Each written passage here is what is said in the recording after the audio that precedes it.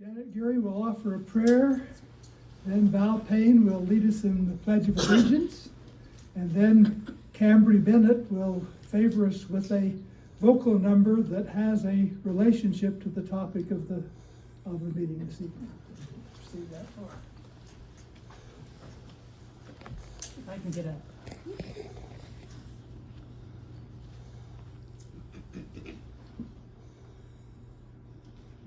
Heavenly Father, thank you for this beautiful day and this time of meeting so we can hear these good words prepared for us and the music prepared for us.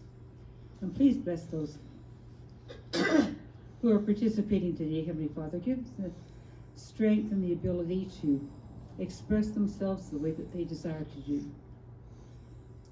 And bless all of us in our comings and goings that we'll go home safely. And we thank you, Heavenly Father, for thy many blessings. We're very grateful. In the name of thy Son, Jesus Christ, amen.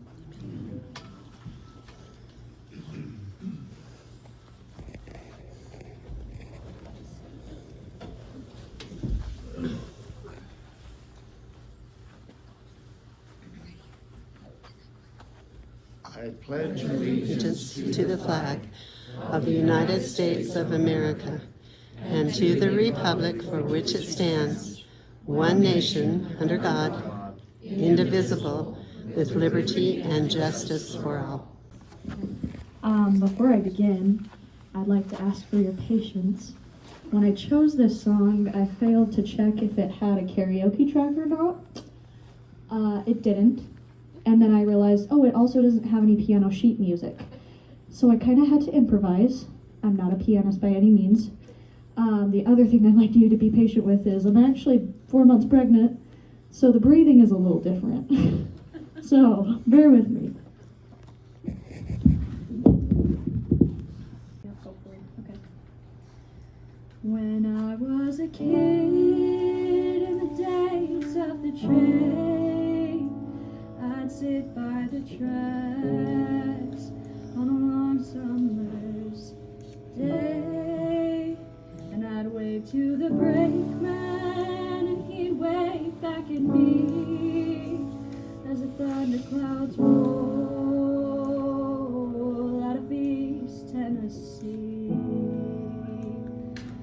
In my dreams I'd ride the rails to California, working diners and farms along the way, or I'd hop a train to hide across the border with a black-eyed boy beside me all the way. Now the mountains are silent and the trains have all gone, and the coal towns no longer hear the miners at dawn. But the train whistles still like a memory to me as the thunderclouds roll out of East Tennessee.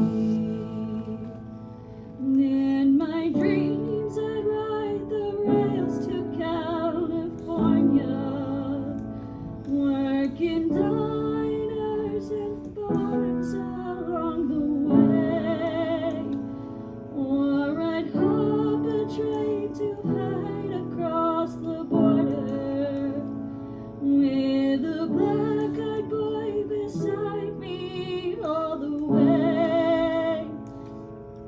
Now the mountains are silent and the trains have all gone, and the coal towns no longer hear the miners at dawn. But the train whistles still like a memory to me as the thunderclouds roll out of East Tennessee.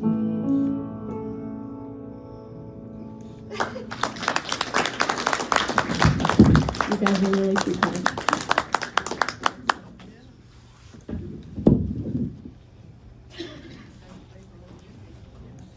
Thank you very much. That was lovely.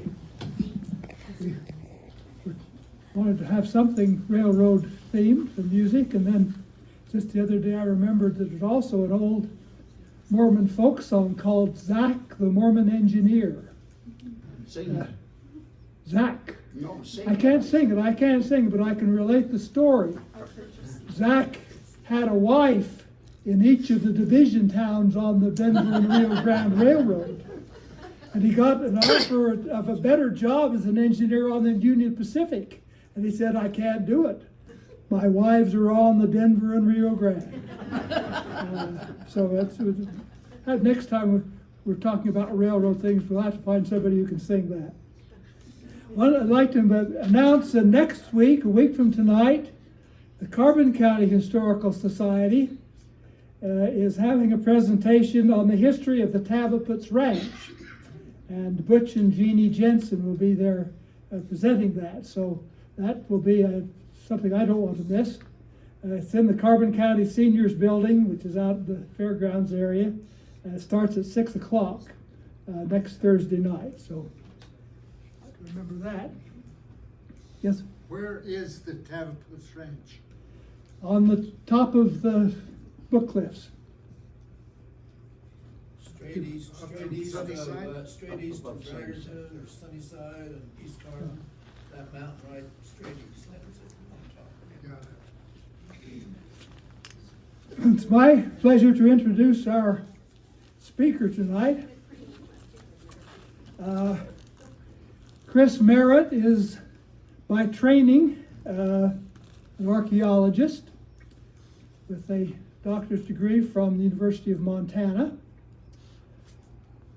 By occupation, he is the Utah State Historic Preservation Officer, involved in the historic preservation group that is concerned with all matters, not just archaeological or historical, but all matters pertaining to the protection and preservation of our historical and prehistorical heritage.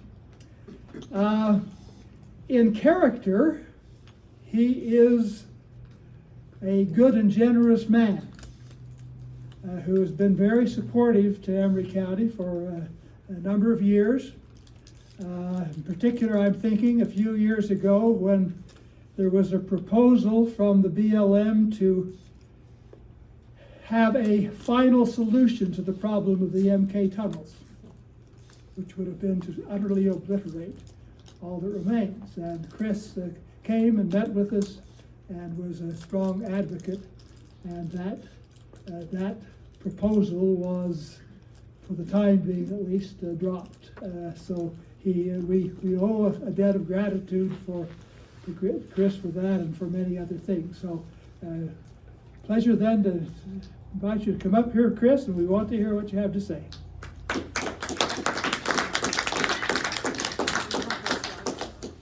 Thank you, Ed. So when anybody says, and let's talk about his character, that makes me nervous. So thank you, Ed, for not making me overly nervous. And also thank you for not making me sing. That was lovely. Thank you.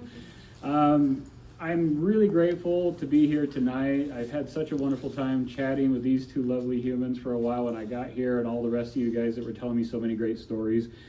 Generally, when I give presentations, I don't have a bunch of subject matter experts sitting in the room waiting to nitpick me. So I will do my best to take all criticism. I just want to say I'm from Michigan. I'm going to do this. I'm from here. The deserts come to me secondhand, but since I've been with the state, oh man, now almost 12 and a half years I've worked for the state. I've really become in love with Emery County.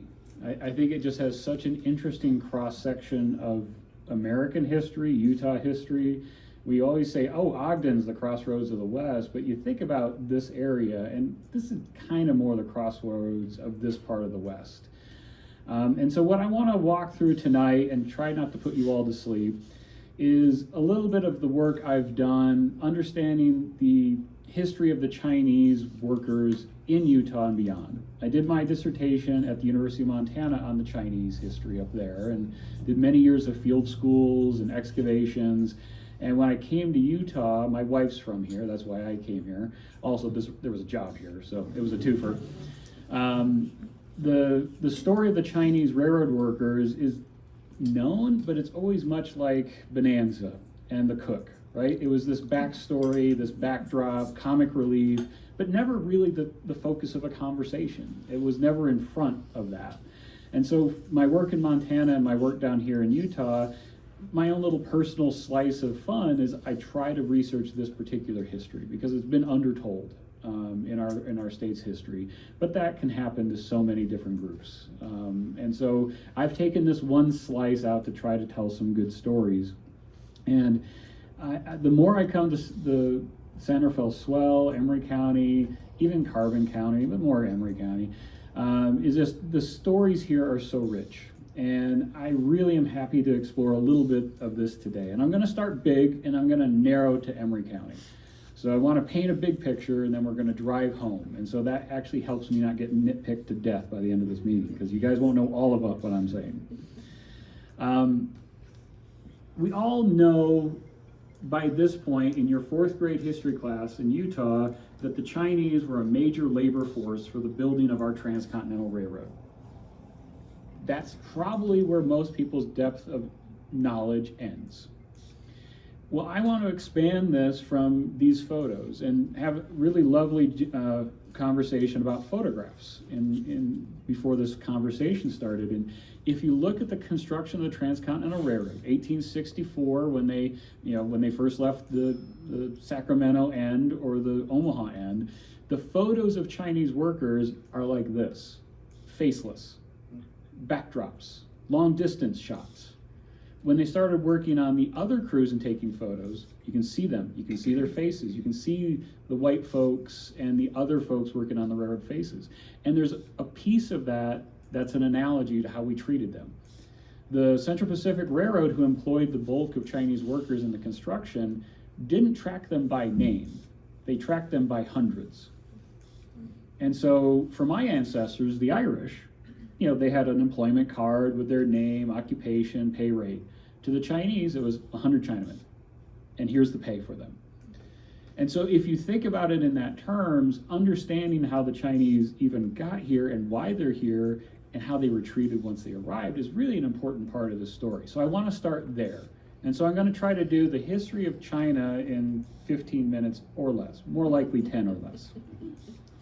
So why were there so many Chinese interested in coming to the United States in this period of our nation's history? Well, we have to start 200 years before.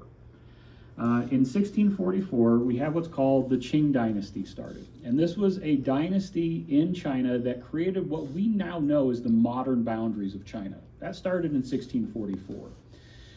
The government of the Qing dynasty started in that northern part, Manchuria. You've heard of Manchus. That's an ethnic minority in China. And they, through a lot of different means, warfare, subterfuge, political intrigue, were able to take over the entire country. And by 1644, they had taken over the emperor's role. And this created a lot of friction.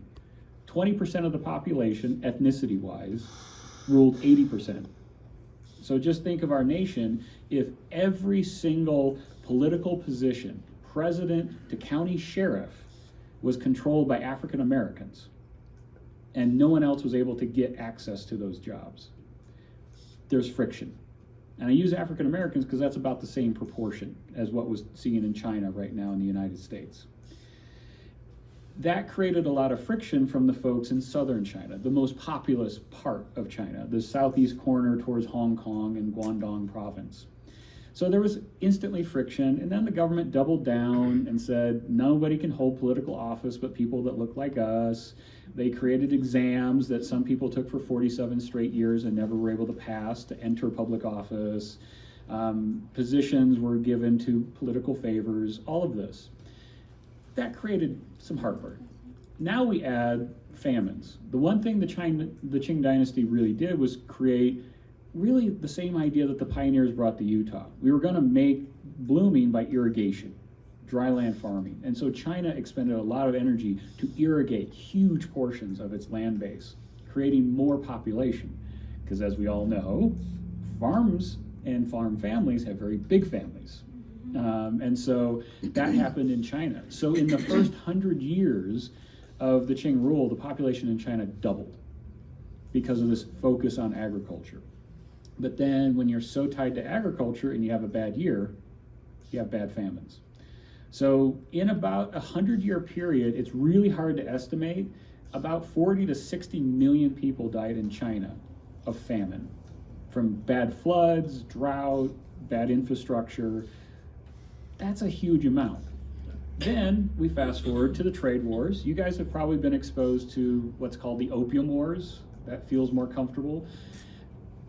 As an archaeologist and historian, it was really about trade. The Qing dynasty did not want to trade with European powers. They felt that if they let Europe in, the British in particular, that they would lose some control of who they are. And so they stopped trade.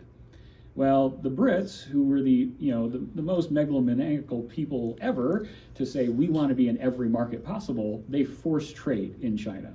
And so we call it the Opium Wars. It was really forcing trade to open with the government of China.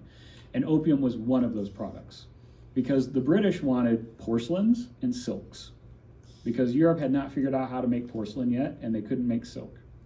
But they knew the Chinese had an interest in tea, and the British did too.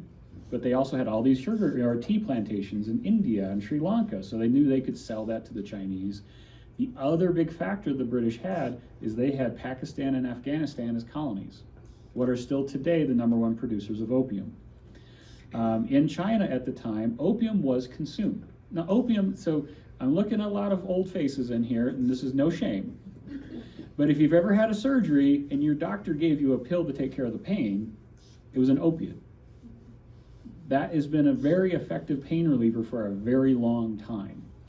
And so this China at the time of the British Revolution and attacks in the 1830s, only the most elite smoked opium, and only the richest folks smoked opium. It wasn't accessible to the poor. But once the British Empire attacked China, defeated them badly in every attack, because for 200 years China had withdrawn and had not advanced their military. And so the British Empire kicked their butt. And then the British Empire, even as crazy as they thought they were, they said we cannot rule the entire continent of China. So they created port cities. And these port cities became de facto parts of the British Empire, where they controlled everything happening in Hong Kong and Guangdong and all these places. Well, into those ports, they flooded tons of opium. And if you know anything about economics, the more supply you have, the price goes down. And so opium became accessible to the general public. And so that is why in the West we call it the Opium War. It was really about more than opium. Opium was a tool for the British Empire to take more control of China. You get a bunch of people addicted to drugs, easier to control and manipulate. Then the last big thing, because of famines, because of being left out of the political system, and now foreign powers control parts of China, China went into full civil war. And we call these the Taiping rebellions, but they were just a civil war of a proportion we cannot fathom. Between 1850 and 1864, and it's a long civil war, 30 million dead, 20 million refugees, what we would call refugees today. So this was largely in that southeast portion of China, where the majorities were Han Chinese versus Manchu Chinese. And they're like, we're tired of this government, we want it gone. And so they fought. Taiping was a man, and a man who had a revelation that he was to bring about reform from Jesus in China. And so he was able to get a lot of the agricultural farmers to follow him into combat. Well, the government was so fearful of what Taiping was able to do, they created what's called the scorched earth policy, that if they found one member of a village supporting the rebels, burn the village to the ground. And for some of these communities, that land had been in the same family for 500 to 700 years, and overnight, gone. So those people left, those burned out villages in the center of Southeast China to the one safe place they felt, which were now those port cities owned by the British Empire. And those were not prepared for 20 million people. If you look at the US Census for 1850, our entire continent, the United States, you can even throw in Canada, we had less population than died in the Taiping Rebellion. And so it gives you the scale of the population and the impact. So now these port cities became full of people who had lost everything. And the one place they could go was other countries to find prosperity. And so if you look at that 1850, right at the start of the Taiping Rebellion, what happened in California just a year earlier? Gold rush. So now put yourself in the shoes. You're a 20-year-old Chinese man who had inherited his land from his father's father's father. He had a wife and maybe a small child. He had just lost everything. He now lived in squalor in some of these port cities who had now swelled with population far beyond their capacity. And someone said, hey, this strange place across the ocean, you can reach your hand into the water, pull out chunks of gold, and you can keep it. Wouldn't that be a really exciting prospect for these folks? And so we see this as what we call the Chinese diaspora. The size of the circles on this map show where the population left between 1850 and about 1900. And the bigger the circle, the more Chinese that went there. And you see Southeast Asia, that makes sense. It's the closest physical location to China. But you look at the United States. We were one of the #1 destinations for what I would call Chinese refugees in the 19th century, looking for opportunity to support their families. But they went anywhere that they could make a living, because they knew at home the chances were extremely limited.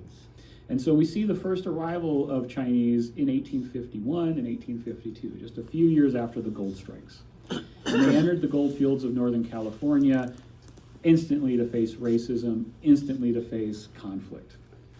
I mean, you're dealing with gold, everybody's gonna get a little territorial. Like, we just gotta say that, right? But they were the most foreign, right? Like everyone else, there were these mutts from Europe and then some Spanish folk. And it felt more normal than these fairly alien people from China that didn't speak even close to the same language, they dressed odd, they were instantly targeted. And from the 1850s on, there's a lot of bad things that happened to the Chinese in our nation. I was just talking to Ed and his lovely wife about this summer in 2025 is the 140th anniversary of the Rock Springs Massacre, which was up in Wyoming, where Chinese were used to break a strike in the coal mines. And the white coal miners did not like that. And so they surrounded Chinatown and attacked it in Rock Springs, burning most of them alive in their homes. Those who couldn't run were shot in the back until the Wyoming militia was able to actually get them on boxcars, take them to Evanston until Rock Springs calmed down. But this is a hard road for these folks arriving from China in this period, as they took a lot of the brunt of the issues of the 19th century. So the first wave came for those mining operations, but that next big wave was the Transcontinental Railroad. And so in 2019, we had the cool 150th anniversary of the driving of the Golden Spike, which spurred a lot of this work up in northern Utah, that I tried to ride that wave because I want the American public to know how important Utah played, not in a Utah story, not a US story, but a global story. Because everybody that built that railroad really came from somewhere else. And it all coalesced here in Utah. But very famously, Leland Stanford, who was the president of the Central Pacific Railroad, he was anti-Chinese to his core. Governor of California did not want Chinese having jobs, did not want to employ them on the railroad. But every single time they would start construction of the railroad with white labor, gold, and all his workforce would disappear into the mountains. And so finally, in spring of 1864, a foreman convinced him, like, we have some Chinese working on the sides and doing some grunt work, and we have them build the main line. And they did more work in a week than they had accomplished in the last 6 months. They worked communally, and because of the nature of the world, they worked together. And they tried to keep away from the other elements for their own safety. And so they were very effective. So very famously, Leland Stanford And the lead engineer, J.H. Stowbridge, famously said, we want 15,000 by the end of the year. They got 13,000 by the end of the year. And that's not a small number of folks. But that is why. And that's why I always start like, why were the Chinese even here? They were here because this was their chance. This was their hope. This was their American dream to support their families back home or live here. And so you can see the numbers. By 1870, Nevada had about 3,100 Chinese immigrants. Utah only had about 450. Utah was never that big into precious mineral mining like Nevada was. Just the scale was different.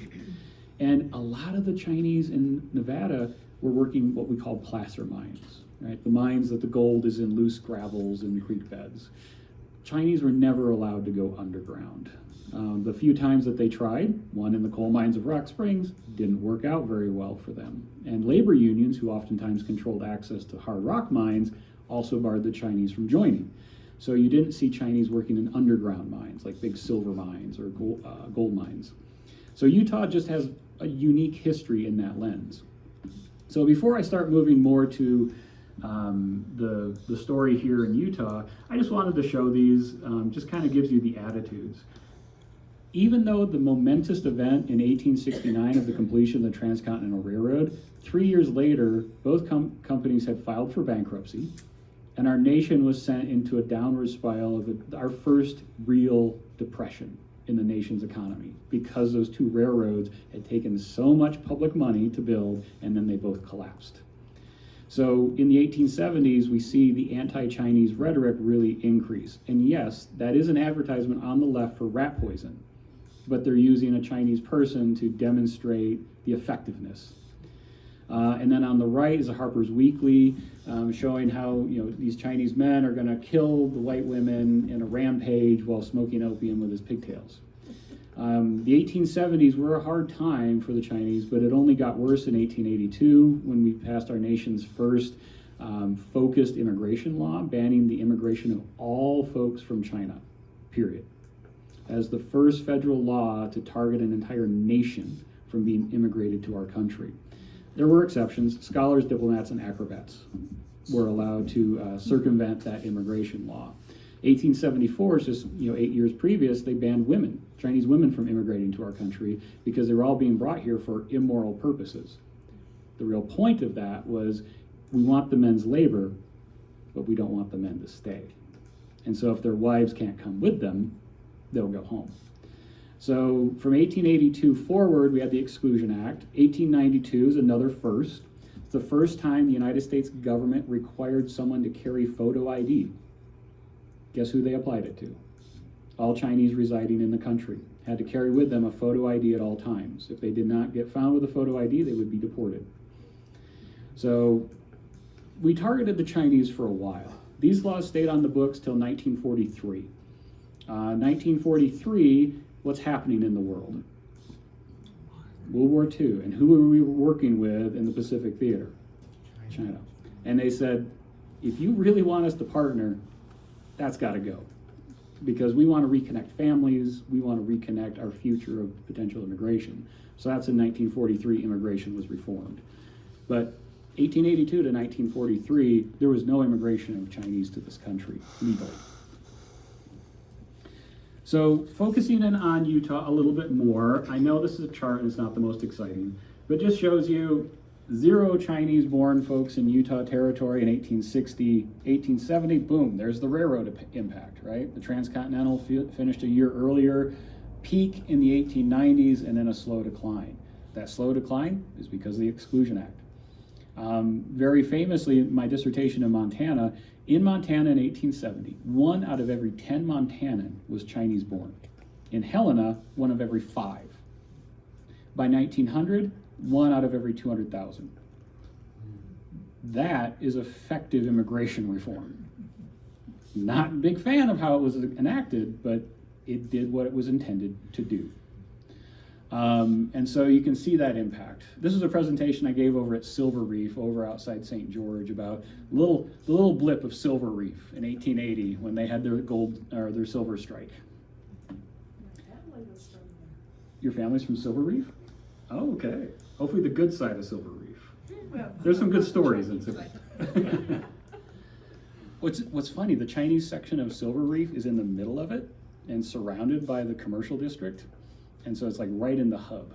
But also in the newspapers, they said, we really hate how many pigs they have. Pigs are smelly.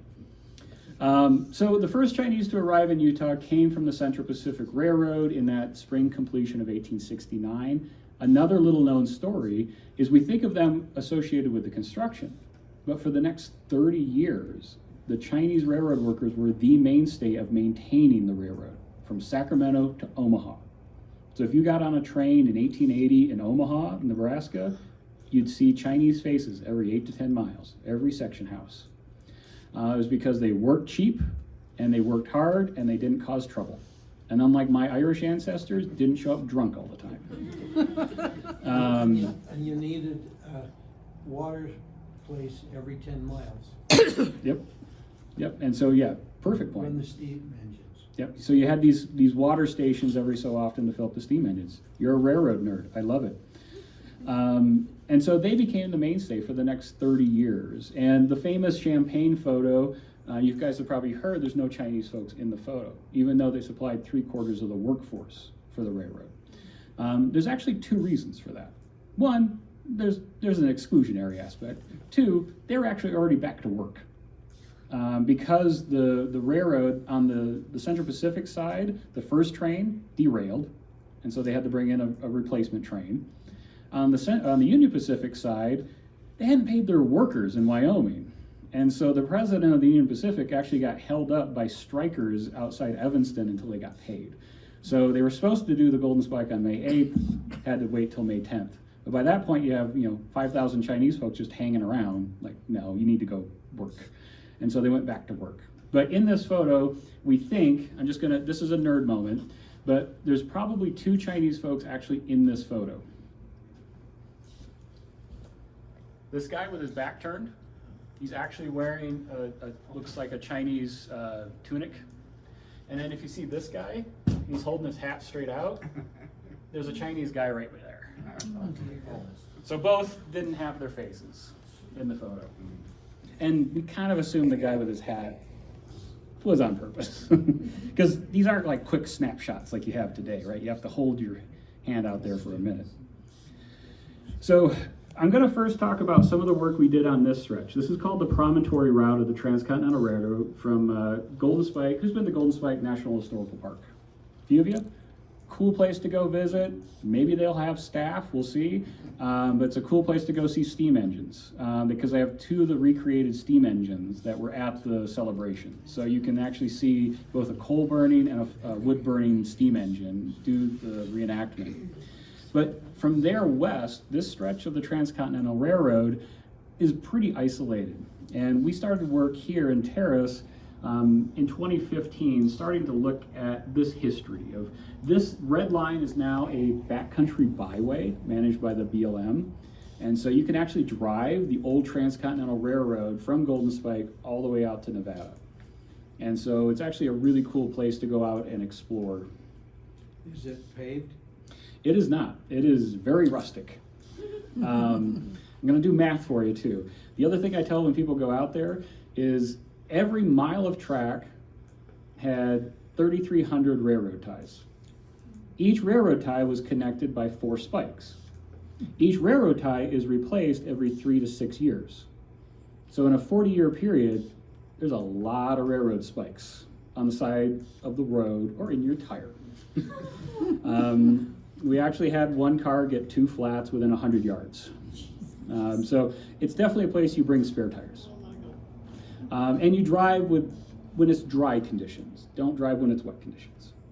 So we focused on this little town because in 1904, the railroad built, the Union Pacific, Southern Pacific, built across the Great Salt Lake, the loose end cutoff, which is still used today. But it made this northern branch kind of pointless. There wasn't enough market up there for them to keep that railroad open. So they closed that northern branch in 1943, and then it became a county road, then BLM reacquired it. But now the traffic goes across the center of Great Salt Lake, which is why the north arm's nice and pink and the south arm's blue, is because of that railroad. It separates the 2 halves of the Great Salt Lake.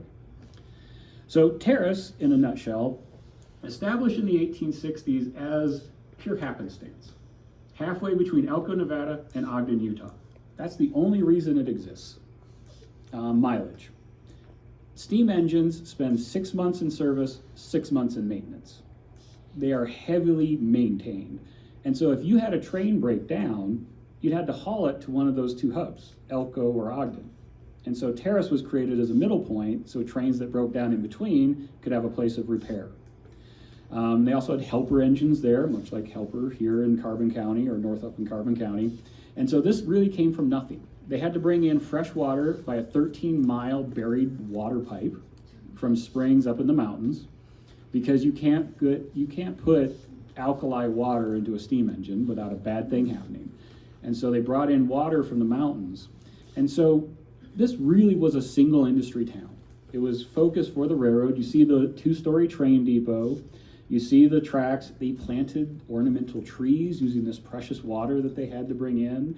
And this is full Great Salt Lake Desert too. So this is not that great lush landscape. But by the 1880s, it did have about 500 people living here, including the 3rd largest Chinatown in Utah at its time, because they were there for the railroad. They were working and maintaining it, but they also were engine wipers, working in the boiler shop. I just found a really cool diary from Jack London, the author. When he was bumming across the country, he slept in the roundhouse and got chased out of one of the engines by a Chinese cleaning crew. I just found his diary because he just like snuck in and slept overnight. But it's one of those fun things doing this. So as the lead up to this story, we did some excavations out there. It's BLM land, so it's it's now an archaeological site on public land, so it's protected. And so it's never been investigated by an archaeologist in its history after it was abandoned around 1904. So we said, let's go figure it out. So we ran a joint project with the state and the BLM, and we excavated what turned out to be the very first fully excavated Chinese home. And so this is in sand dunes. You can see this is not a lot of green, but you can see in this photo those upright boards. So it's a vertical slab cabin. You can even see the floorboards are still intact. Built probably 1869, 1870, abandoned probably around 1900. And so just all sitting there underneath the sand dune. Modest, only about 6 feet by 9 feet. Maybe 1 to 2 Chinese men lived in this at its peak. But it's a really cool opportunity to take a deep glimpse. And so when we start thinking about Chinese railroad workers down here on the Denver and Rio Grande, we're talking in a very similar lens. That's why I wanted to kind of do a copy paste, because I haven't had the luck of excavating any Chinese components down here on the Denver and Rio Grande, even though I know many exist. We just haven't had that opportunity, but it shows you the power of archaeology. We found these.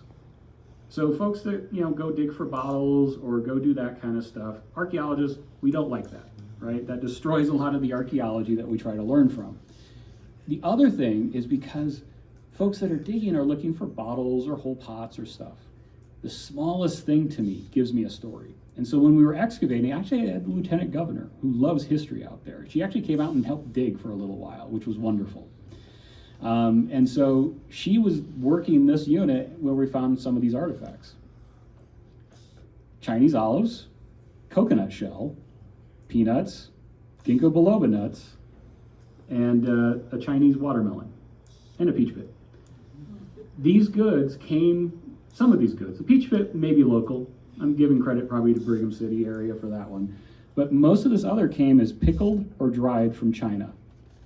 Imported all the way from Hong Kong, put on boats, unloaded at the docks in San Francisco, put on the Transcontinental Railroad that the Chinese had just helped build, then hauled out here all the way to the middle of nowhere, northwest Box Elder County.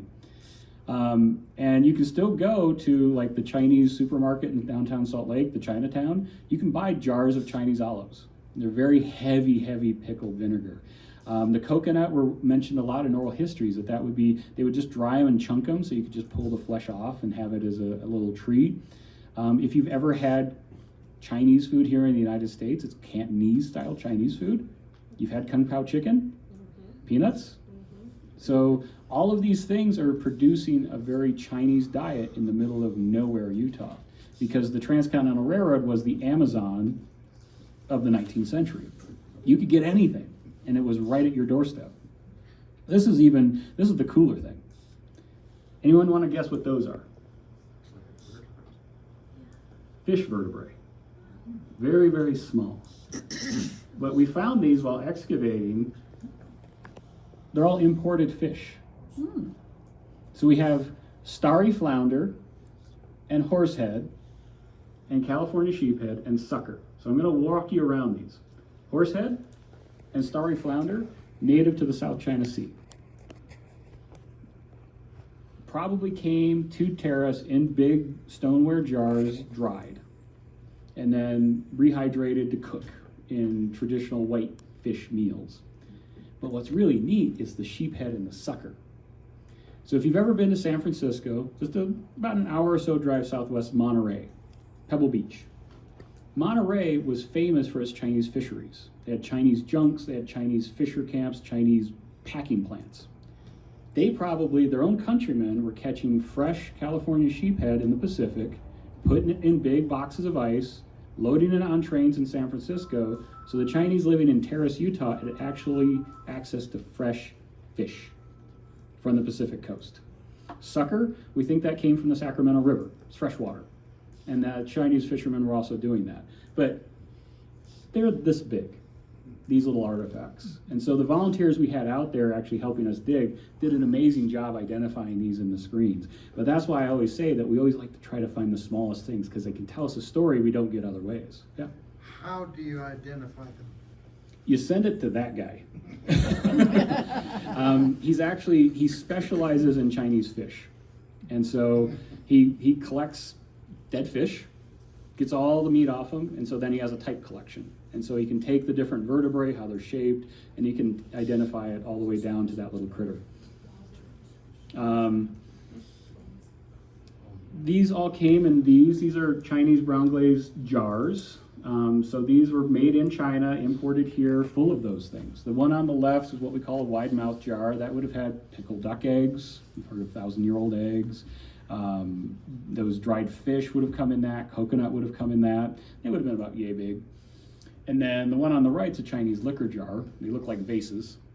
And that would have been sour gum whiskey, plum wine, anything like that would have come in those shapes. One of the more interesting artifacts we found is this. It's a braid of human hair that was still in the cabin. So if you notice, you probably have seen the image of Chinese men in the 19th century that looked like that, with the shaved up to kind of the mid-brow. That was actually forced upon them by the government. This was to identify, you're not Manchu. And so this was forced upon the Han to wear this very high cut and long braid hairstyle. And that braid's called a queue. And if you weren't wearing that, the government could arrest you, they could put you in prison, they could kill you because you're not loyal to the emperor, who was Manchu. When they arrived in the United States, right, a lot of that kind of left. They didn't worry about being turned in. And so a lot of the men would cut their braid off because it's not the most efficient thing when you're swinging a 5-pound sledge on a railroad. And a lot of the men, though, would have a fake queue that they would put on for faults or for festivals or going to temple. And so we think that when the occupant maybe even died in Terrace, and so they burned his house down, we're not sure, he left his false braid still in the house.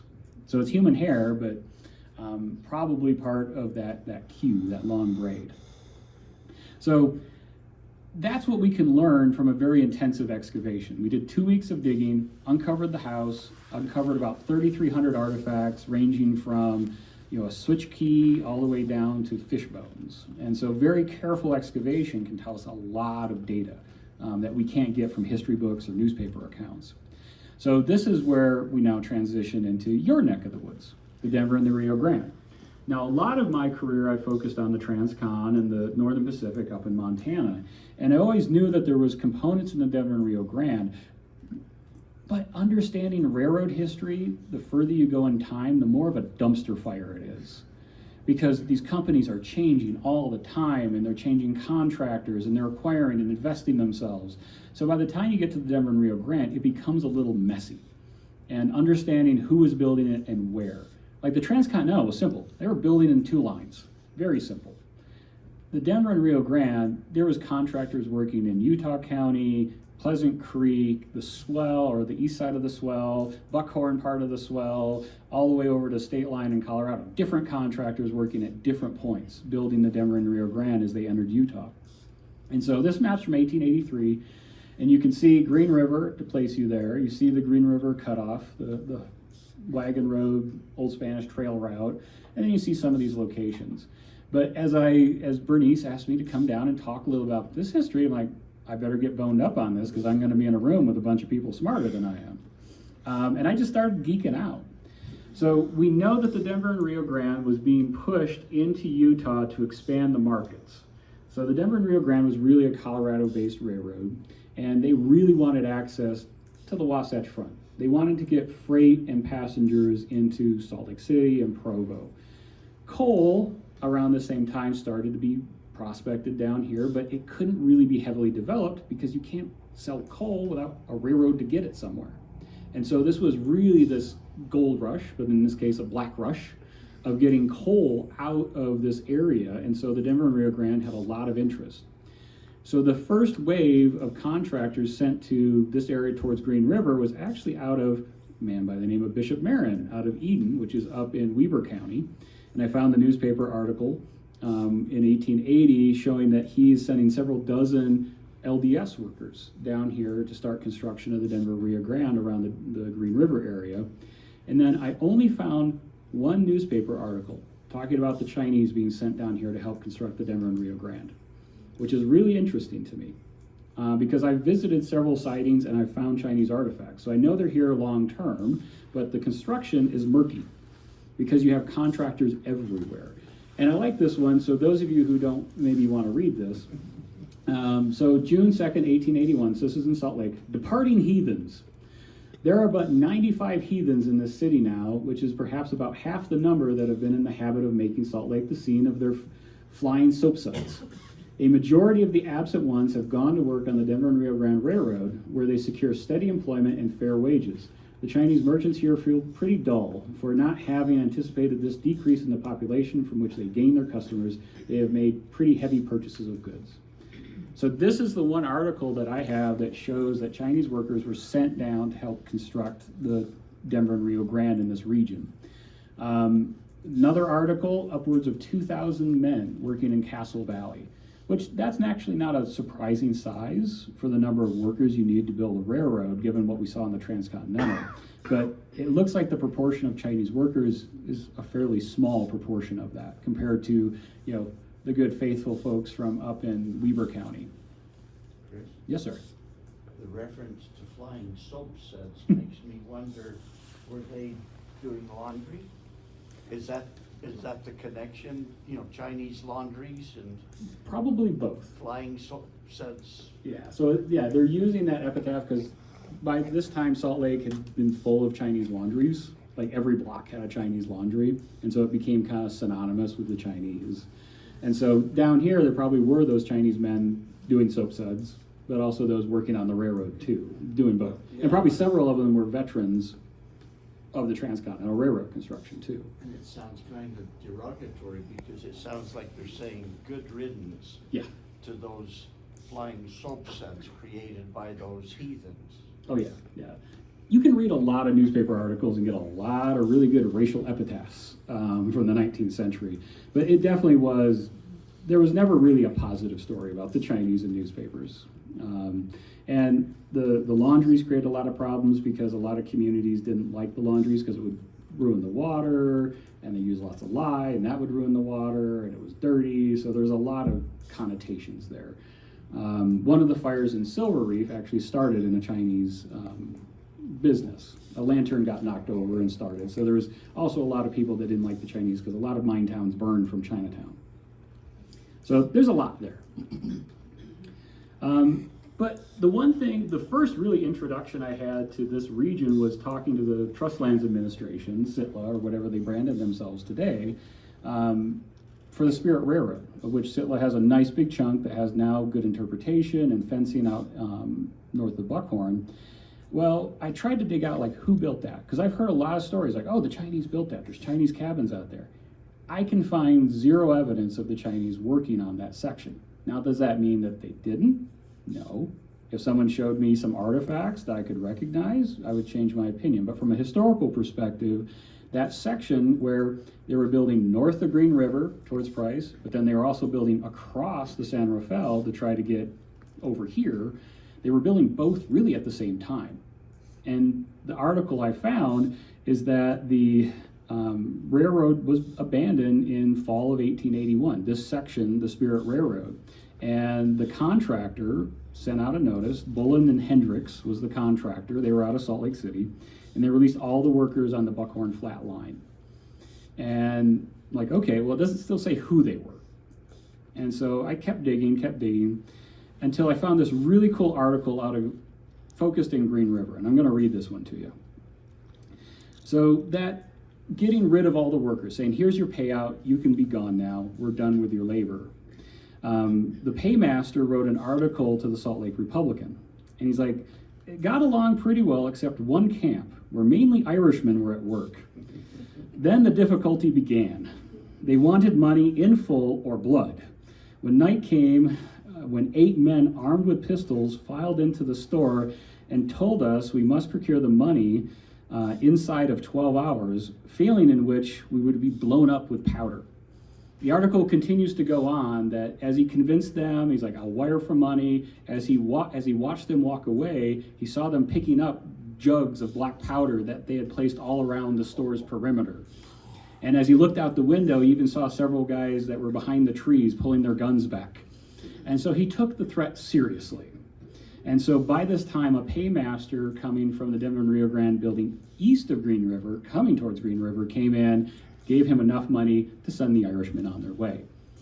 But to a historian, this is telling me that at least one of the camps building the Buckhorn Wash line or the Spirit Railroad line was Irish, not Chinese. And so that's the best I can tell of the history of that line, is that it was constructed for about 9 months or so as they were debating which route would be the best. One towards Price from the Highway 6 route nowadays, or the other route coming through the swell and then ending kind of south of Wellington, that direction. But the best I can find is that the site at the Buckhorn Wash Crossing where the Sitla has that, I've only seen white people stuff there. I've never seen any Chinese ceramics or anything else that would indicate Chinese workers, but there probably are many camps in between that I haven't found, and many of you are on this ground a lot more than I am. If you find something I'm in error of or I haven't seen, I'd love to come back and go explore with you guys. Yes, sir. I think the local lore is that it was local residents who were hired there at that Sitla site, and part of the reason for that thinking is, you know, those rock structures down in the wash were, I think they're probably still referred to as coulee huts by some folks, but the dugout up in to the is more similar to what the residents of this area historically had lived in. So I think that may be part of the connection to local folks being involved in that work out there. Which I think is the correct answer, because the railroads are going to scoop up as much labor as they can, and where you have seasonal agriculture and ranching, you're going to have labor moving. And so I think that was probably the bulk. But the railroad, the newspapers don't care that a bunch of folks from Farron are getting hired, or Castledale, but Chinese or Irish would catch the newspaper's eye. The first time I went down into the draw and looked at those structures, I'm like, that's Italian. You know, I didn't even cross my mind that it would be potentially Chinese, because they didn't build those kind of structures everywhere I've been. So I'm not saying the pariah here that the folklore local is wrong. But just from an archaeological perspective, I haven't seen the proof. But where I have seen proof of Chinese railroad workers is on the main line, and the narrow gauge and the main line. We do see that. So I'm looking like I'm getting towards time, so I'm going to move quick. Sorry, I'll that go for it. sign out there, it's almost like you can see where they got the word that you're stopping. Yeah. Because of up on that little bench, that's it. They made it to that point, they got the word and picked up their tools and headed out. They didn't complete the They got paid and they walked away. If you also ever go to Golden Spike, the other great place to see this is at Golden Spike, because Congress didn't define where the Transcontinental was supposed to end, so both railroads passed each other for 60 miles until Congress is like, no, here. And so if you go to Golden Spike, you'll actually see, much similar to the Spirit Railroad, all this double grading half done, because the Union Pacific got some of it and Central Pacific, but then it just stopped. So you'll see these half-built grades there as well. So moving is 1883 March, the Denver and Rio Grande opens for rail traffic. And so this is when we start seeing some of this cool history start appearing. So 1890 census, we don't have the census books for it because that all burned in a fire. Because back in the early 20th century, it was smart to keep not only the original, but the duplicate of the 1890 census in the same warehouse. And so one fire wiped out both. But we do have census abstracts, which are summaries of the census.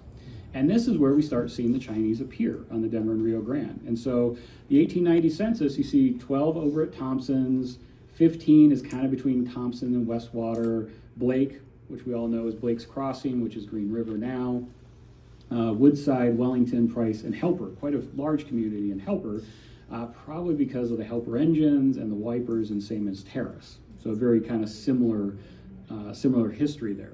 But unfortunately, I don't know much more. This is a map that the Historical Society has showing the Denver and Rio Grande right away at Woodside, showing the Y that they had there, where you can't turn a train around like a car because they're fixed to a track. So you can pull it out and pull it on. And so Y at Woodside with the buildings mapped. So that's one of these locations that we probably would see Chinese railroad workers camps 1880s, 1890s before this slide. A fairly dramatic shift in workers. So in the 1900 census, I went through that, and you start looking at all these little section stations like Sager's, Cisco, they're all Japanese.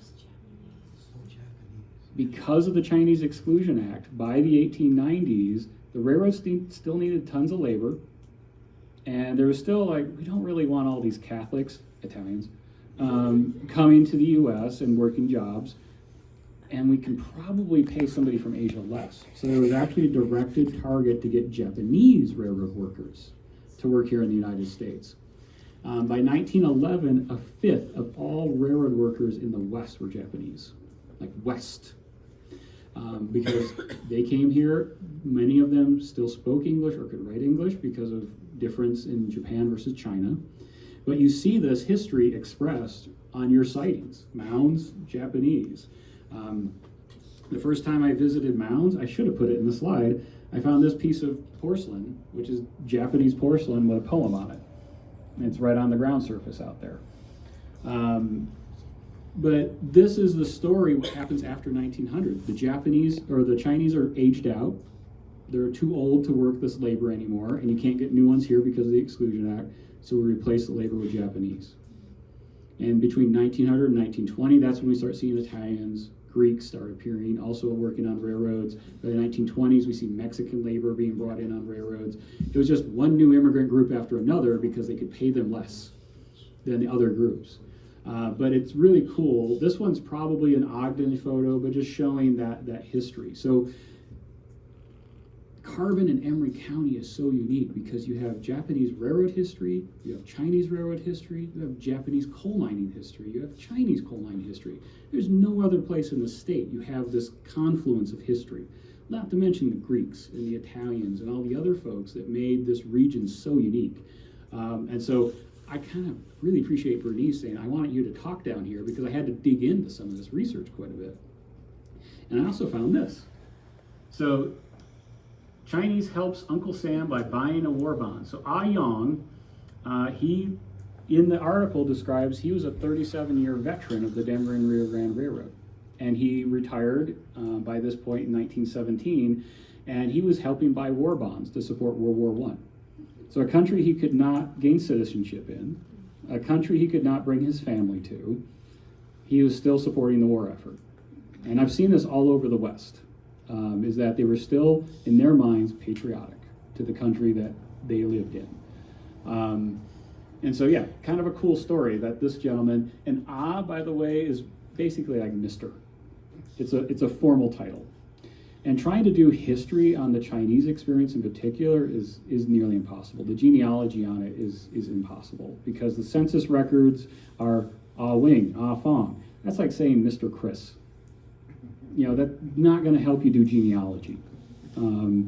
And you look at burial records, you look, and then they had to forge their names because they snuck across the border, so then their birthdays and what that's on their tombstone in Cantonese is different than their birth certificate. Like, it's a dumpster fire of history. But what's nice in Salt Lake City, the Chinese Railroad Workers Descendant Association, which is a bunch of Chinese descendants of railroad workers, or who they think they have descendants of, formed in Salt Lake City. And so I can work with them to translate tombstones and to translate documents to help me better understand this. Including, I was able to find that the very famous doctor in Silver Reef, a Chinese herbal doctor, Sam Wing, he died 1927. Well, his cousin's buried in the Salt Lake City Cemetery. And I was able to find that by working with the Chinese community who connected the two people together. The Chinese always say their surname first. Yeah. Which, when they're talking to the census taker, it kind of goes out the window. So I just thought I'll end on these last two slides. I know I'm over time, but has anyone ever seen the Kei Kawanishi grave? Good. It's in the middle of nowhere. It's on BLM land, and during my research a couple years ago on the Denver and Rio Grande, I found this photo from 1991 BLM report of like, oh, we found a tombstone. That's the only thing they wrote about it. But you could see it was a Japanese surname on there. And so we went out, and it had broke. You see the big crack, and it broke into 3 pieces. One of the programs I manage is a cemeteries program, which Bernice is a big help on. And Amy, my program manager, restores tombstones appropriately. And so we went out there and we actually collected the tombstone with BLM permission, fixed it. We took it back out, reinstalled it. We're going back out in April, and I bought fencing for it because all the fencing's collapsed. And so we're going to build a fence around it. This gentleman died sometime between 1901 and 1905. He didn't show up in the American census, but there was a labor contractor out of Salt Lake, E.B. Hashimoto, and he was hired by all the railroads to get Japanese labor. He had his own census of Japanese railroad workers in Grande and Emery County. And so we found Mr. Kawanishi on that census record. We don't know what he died from. Some of the oral histories and legends here is that he was robbed and killed. Others like he robbed and got killed. I can't find any death records in Grande County, Emery County. Probably need to check Emery County, given as early as is, make sure he wasn't recorded here in his death records, just to see what his cause of death is. Because his companions bought him a nice marble tombstone, and it is in the middle of literal nowhere. It's a half-mile off the grade, up on a bluff. And so he's still there. Many of these folks wanted to be reburied somewhere else.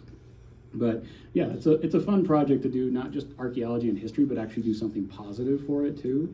And so it's going to be nice to get a fence back up and let it be, and let Mr. Kawanishi be remembered. Yes, sir. Where is that? It's northeast of Sagers. I'll give you that breadcrumb.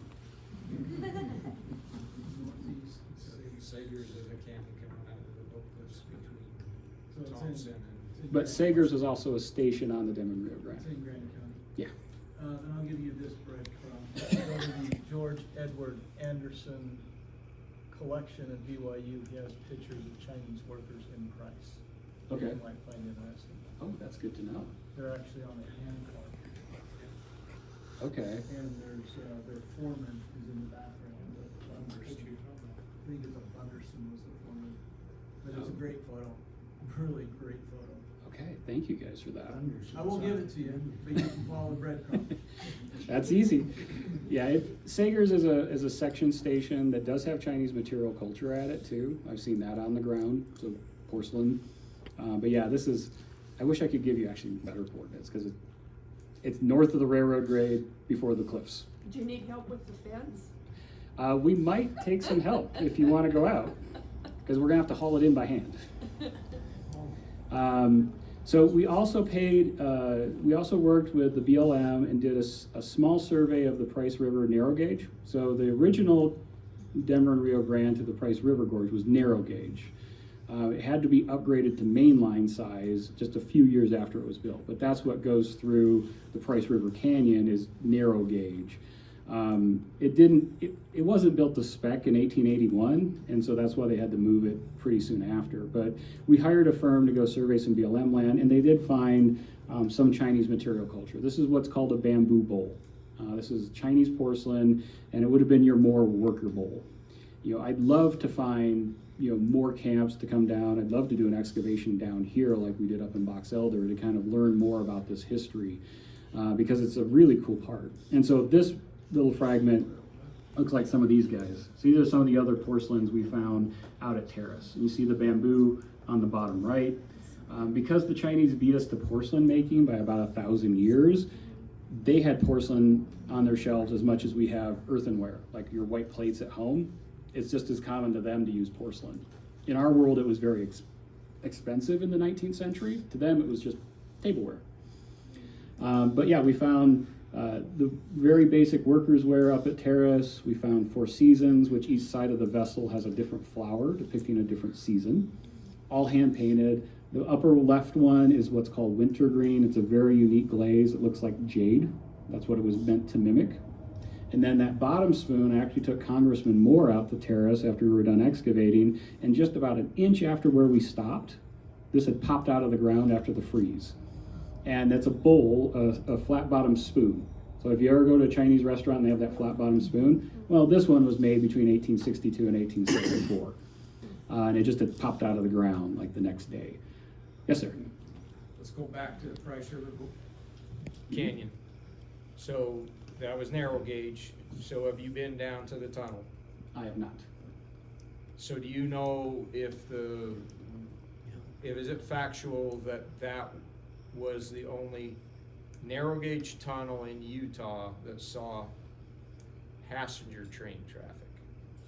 Seeing that I learned about the tunnel tonight from that gentleman, I have to say yes, because I've never heard of another narrow gauge through a tunnel. That's the history that I've always known or been told. Just checking for factual confirmation. Most railroads in Utah were not narrow gauge, especially the main lines like this one. And the only other narrow gauge that of any scale don't have any tunnels.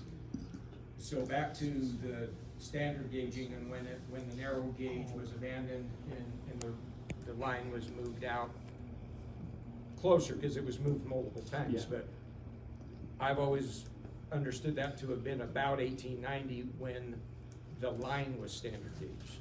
Yes. Or you said only a couple of years after, So which would be more in the 1885 range. Yeah, so 1884, 1885, they started moving the alignment, but they didn't full standard the gauge until 1890. Because there was still parts of the train, like even through Colorado, they'd run a narrow gauge till it hit standard, then they'd have to switch all the cars over to continue it. So are you saying that there was narrow gauge outside of the Price River No, Gorge? no. Okay. It was only mainline at that point. So the coke ovens, does that have narrow gauge? I believe the narrow gauge for coke ovens, yes. That question, I'm not fully sure. Because I know I have newspaper articles when they start realigning, even in 1884, 1885. So that probably still was narrow gauge at that point, not standard gauge. So I probably misspoke.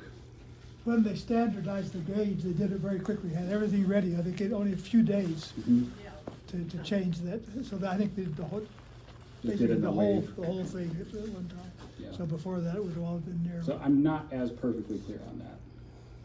Yeah, wait. So how do you differentiate between cultures?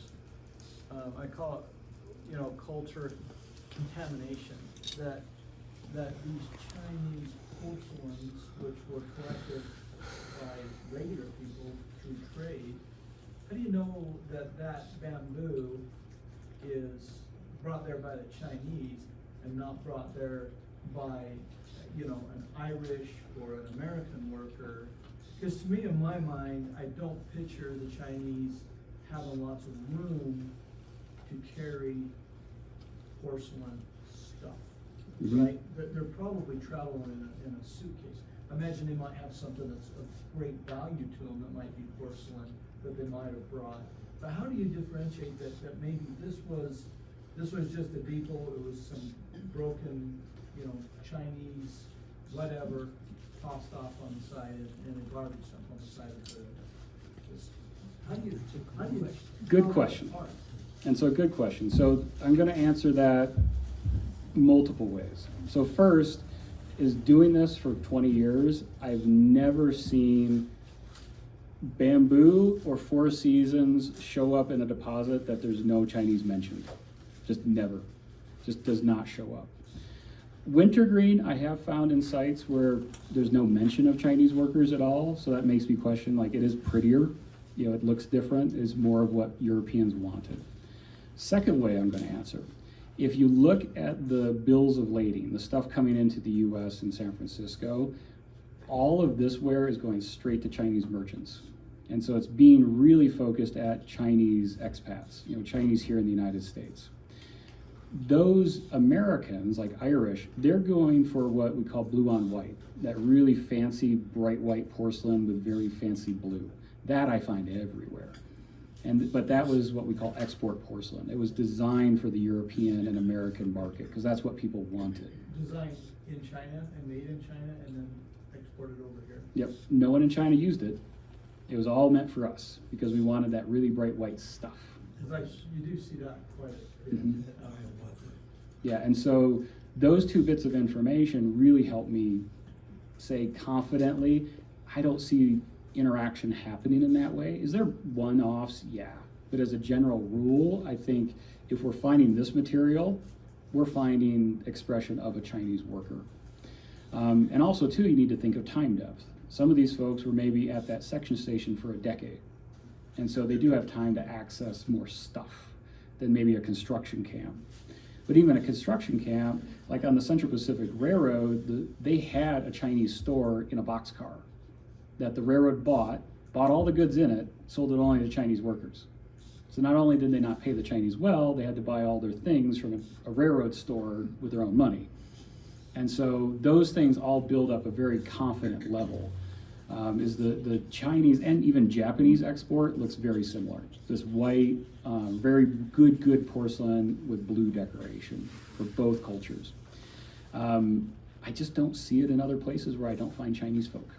And it's just one of those things, just happens time and time again. I find one, I'm gonna find more. Once I find more, it's pretty good.